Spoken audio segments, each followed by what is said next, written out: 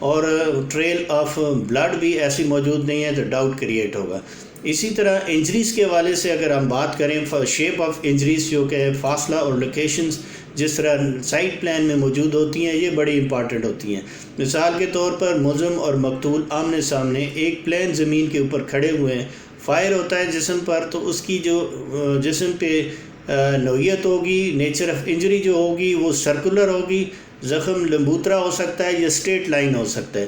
اسی طرح اگر ہائٹ سے کھڑے ہو کر نیچے مقتول کھڑا ہوا ہے، اس کو پر فائر ہوا ہے، تو یہ زخم جو ہے ڈاؤن ورڈ ہوگا، اوبلیک ہوگا. اسی طرح نان ٹرانسورسنگ انجریز ہوتی ہیں، اوول شیپ کی انجریز ہوتی ہیں. آپ نے نقشہ موقع کو ضرور دیکھنا ہے کہ وہاں پر کوئی اوٹ، کوئی ٹرنچ یا کوئی کھائی یا ایسی کوئی چیز موجود ہے جہاں سے گواہ اس کو دیکھ سکتے ہیں یا مقتول فائر کر سکتا ہے. ایسی سچویشن میں تمام سچویشنز کو آپ نے میڈیکل ایویڈنس، سائٹ پلان اور گواہان کی بیان کے کانٹیکس میں اسیس کرنا ہوتا ہے.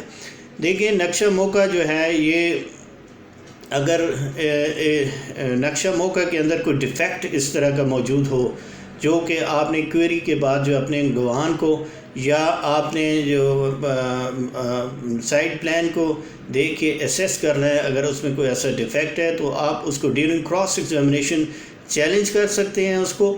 اور اسی طرح آپ اپلیکیشن کورٹ کو دے سکتے ہیں کہ اور کورٹ بائی اٹ سیلف بھی وہاں پر اسپاٹ انسپیکشن کر کے اس چیز کو اسیس کر سکتی ہے تاکہ انصاف کے تقاضے پورے ہوں. ایک ججمنٹ ہے، جس طرح مثال کے طور پہ اگر کوئی ایسا ڈیفیکٹ ہے اس میں نقشہ موقع میں، تو یہ ججمنٹ آپ دیکھیں.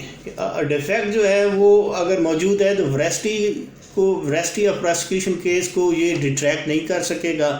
آپ نے گواہان چشمدید کے بیان کی کنفرنٹریشن کو دیکھنا ہے. ڈیفینس کو تو ڈینٹ ڈالنا ہوتا ہے پراسیکیوشن کیس میں.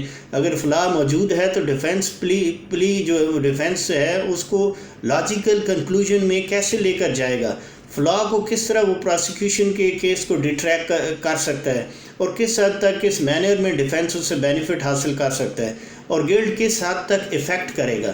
ججمنٹ آپ کو میں ایک کنفلکٹ آف میڈیکل ایویڈنس کے حوالے سے ریگارڈنگ دا فائرنگ ڈسٹینس کے حوالے سے میں یہ کوٹ کرتا ہوں 1996 SCMR 908. اس میں یہ تھا گواہ نے دوران اجرا بتلایا تھا کہ ملزم اور مقتول کے دوران فاصلہ 20 فٹ بتلاتا ہے. نقشہ موقع میں 32 فٹ لکھا ہوا ہے، لیکن اس کیس میں مقتول کے جسم پر بلیکننگ موجود تھی جو 2 یا 3 فٹ فائر ہونا. اس سے یہ تصور ہوتا ہے، آپ انفرنس ڈرا کر سکتے ہیں. یہ سپریم کورٹ میں یہ کیس کیا لیکن سزا بحال رہی. اس کی ریزن ایک یہ بھی تھی کہ جرا میں ٹرائل کورٹ میں فاضل وکیل نے اس کے فاصلے کی اسپیسیفک پورشن کو گواہ سے کنفرنٹ نہیں کروایا تھا، جس نے سائٹ پلان کو پریپیئر کیا کہ اس نے آئیو سے یہ کویسچن کسی وٹنس سے نہیں پٹ کیا کہ جس نے سائٹ پلان پریپیئر کیا تو وہ کیا آپ نے اس کو یہ فاصلہ بتایا تھا. دیکھیں پرنسپل تو یہ ہے کہ site plan is not a substantive piece of evidence, اور عدالت بعض اوقات اس قسم کے کنفلکٹ کو سبسٹینشیل ایویڈنس تصور نہیں کرتی ہے. ایک اور ججمنٹ آپ دیکھ رہے ہیں 1995 PCRLJ پشاور 313 محمد اشرف خان ترین ورسز اسٹیٹ. یہ KPK کا انتہائی فیمس کیس تھا جس میں سزائے موت بحال رہی.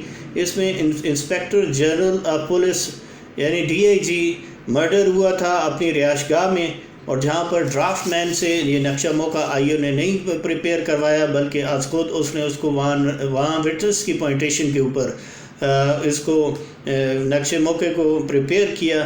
تو اس میں کورٹس نے ایک پرنسپل فارمولیٹ کر دیا کہ کسی ایکسپرٹ کو اگر نقشہ موقع بنانے کے لیے آئیو کو ایکسپرٹ کی ضرورت نہیں ہے تو یہ بھی قابل قبول ہوگا. اسی طرح 2-3 ججمنٹس میں کوٹ کرتا ہوں، آپ اس سے اسسٹنس حاصل کر لیں گے.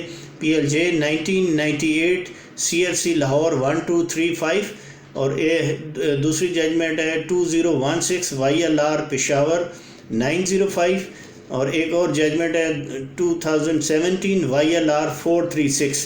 اس میں بھی اسی حوالے سے ڈفرینٹ قسم کی پریپوزیشنز کو ڈسکس کیا گیا ہے.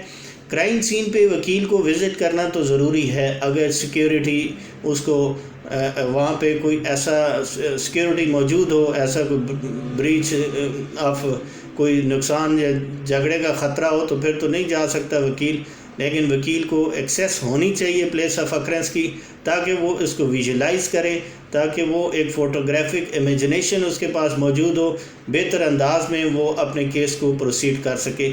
آپ نے میرے ویڈیو کو دیکھا، تھینک یو۔